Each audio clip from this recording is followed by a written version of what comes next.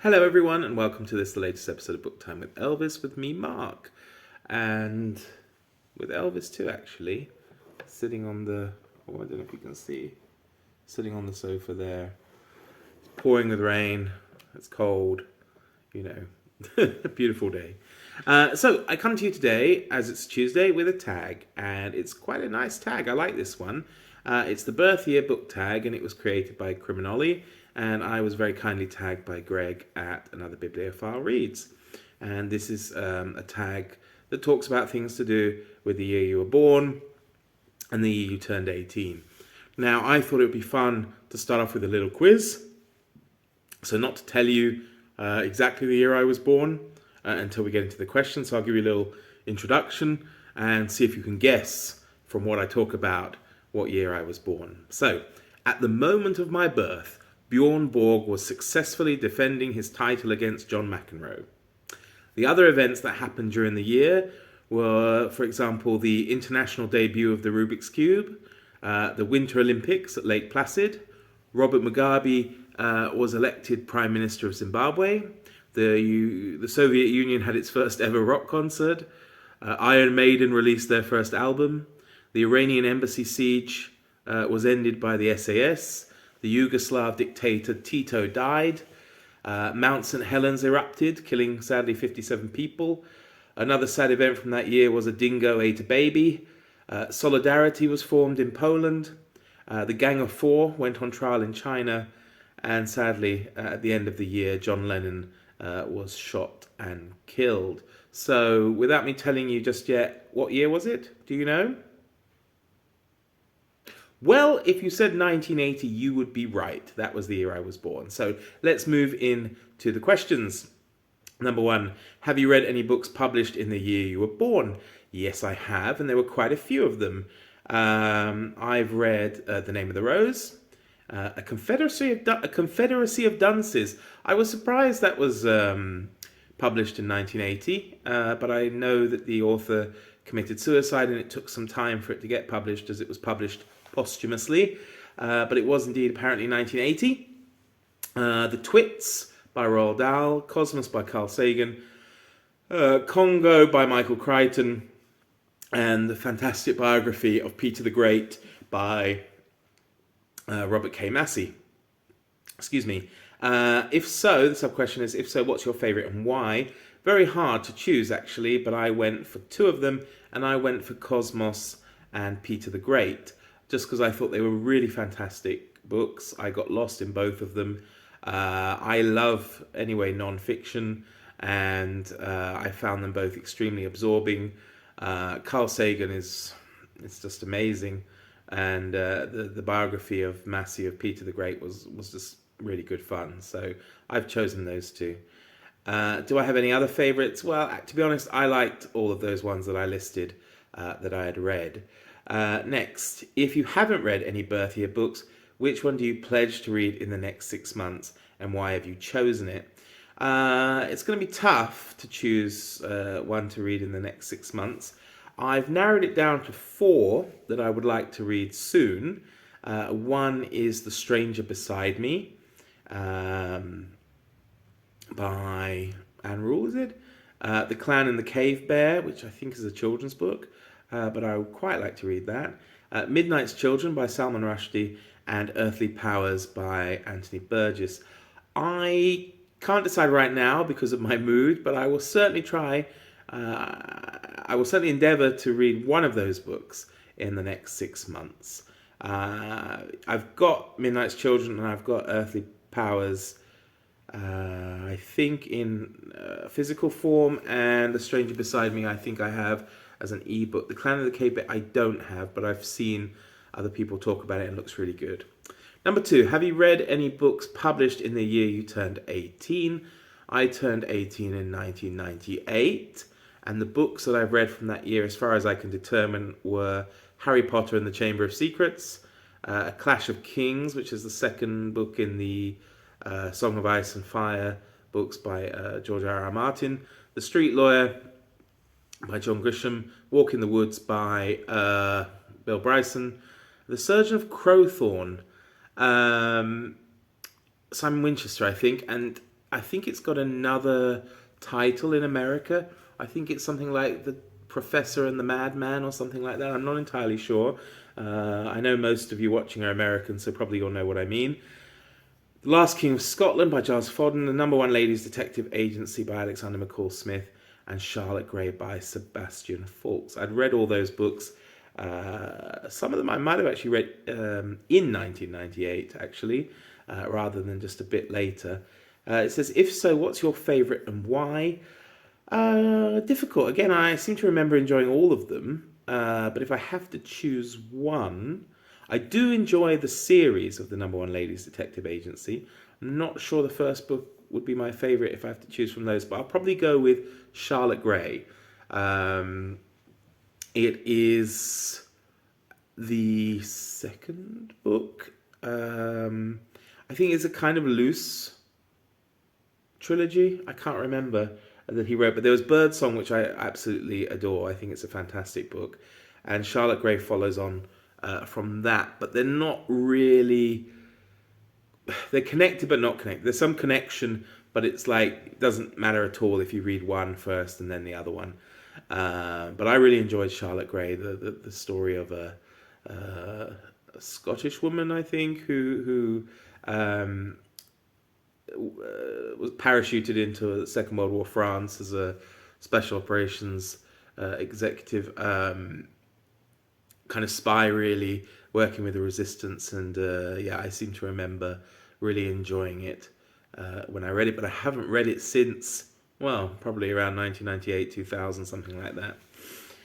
Number 3, of the last 10 books you read, how many were published before the year you were born? Well, I've read 11 books so far this year. And the last 10, 7 of them were published before the year I was born. They were The African Queen by C.S. Forrester, Thank You, Jeeves by P.G. Wodehouse, Beau Geste by P.C. Wren, Tale of Three Lions by Henry Rider Haggard, Child of Storm by Henry Rider Haggard, Alan's Wife by Henry Rider Haggard, Marie by Henry Rider Haggard as well. There's a pattern emerging there. All of those were published quite some way before I was born. I think a couple of the Haggard books were published pretty much close to 100 years or so before I was born. So, yeah. It says, what were they and did you prefer them to newer books? Well, I've told you what they were. Do I prefer them to newer books? In some ways, yes. Certainly at the moment, I'm really on I'm on a public domain marathon, if you like. I'm reading all sorts of books that I'm discovering through the public domain and these Delphi complete works, and I'm really, really enjoying them. There's something just different about them from a lot of the stuff published today. I haven't got anything against obviously new books, and I'm very open-minded, but I'm a huge fan of history, and a lot of these books that I've chosen to read from these long deceased authors tend to be historical fiction, or not necessarily history, but written because of when they were written. It's now automatically history from my point of view anyway. So there we go. Number 4, what's your favourite movie from your birth year and why? So looking around, 1980 was quite a good year for films. The ones I've listed, it's very hard to choose a favourite. The ones I listed that I really, really like, Raging Bull, The Gods Must Be Crazy. I don't know if anyone remembers those, but they were these kind of comedies starring like Kalahari Bushmen and living in Africa, and they were quite silly, but I used to really enjoy them when I was younger, and they were quite funny. Aeroplane, of course, Caddyshack, Oh Heavenly Dog. I used to love that film when I was a kid. It's Chevy Chase, and I think he gets murdered or he gets killed, and his soul or whatever gets reincarnated into this. I don't know if it's a Yorkshire Terrier or Cairn Terrier, some kind of dog anyway, cute dog. And so Chevy Chase voices the thoughts of the dog because he's kind of inside it. It sounds silly, but I seem to remember really liking it as a kid. I'm not sure though how much I would enjoy it now. Breaker Morant, which is a great film. Herbie Goes Bananas. I used to love the Herbie films. And then the last one, I suppose, would have to probably be my favorite because I was obsessed with it when I was a kid. You know, I used to walk around wearing the costume, you know, even when we went out to the supermarket or anywhere, and that was Superman 2. And the Superman film, the original first Donner film, was fantastic, but Superman 2 is, for me, the best of all of those ones. I just loved the whole, you know, kneel before Zod, and when he changes the crystals over, and it takes away the powers of Zod and his friends, and instead Superman gets them, and you know, Zod tells him to kneel and to take his hand, and he takes his hand and he crushes it, and he picks him up and throws him down into the ice. Oh, brilliant, brilliant. So yeah, next, number 5. What's your favorite movie from the year you turned 18, and why? Again, there were quite a few of them, and I think I saw almost all of these in the cinema. You know, because I was at university, and that's what we did.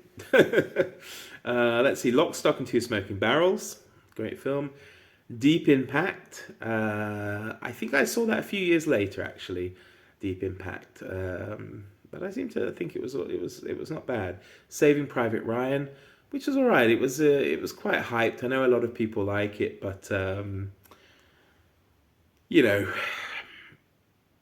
I don't know. I don't want to say, but you know, because I don't want to offend people. But I just feel sometimes Hollywood kind of forgets other people's, which I understand because you know they want to sell things, but I just think sometimes things are maybe a bit too US centric. Now, of course, there were more Americans, I guess, at D-Day than others, but it would be kind of nice if, you know, the British and the Canadians had a mention in it as well, because sometimes you just think that, like,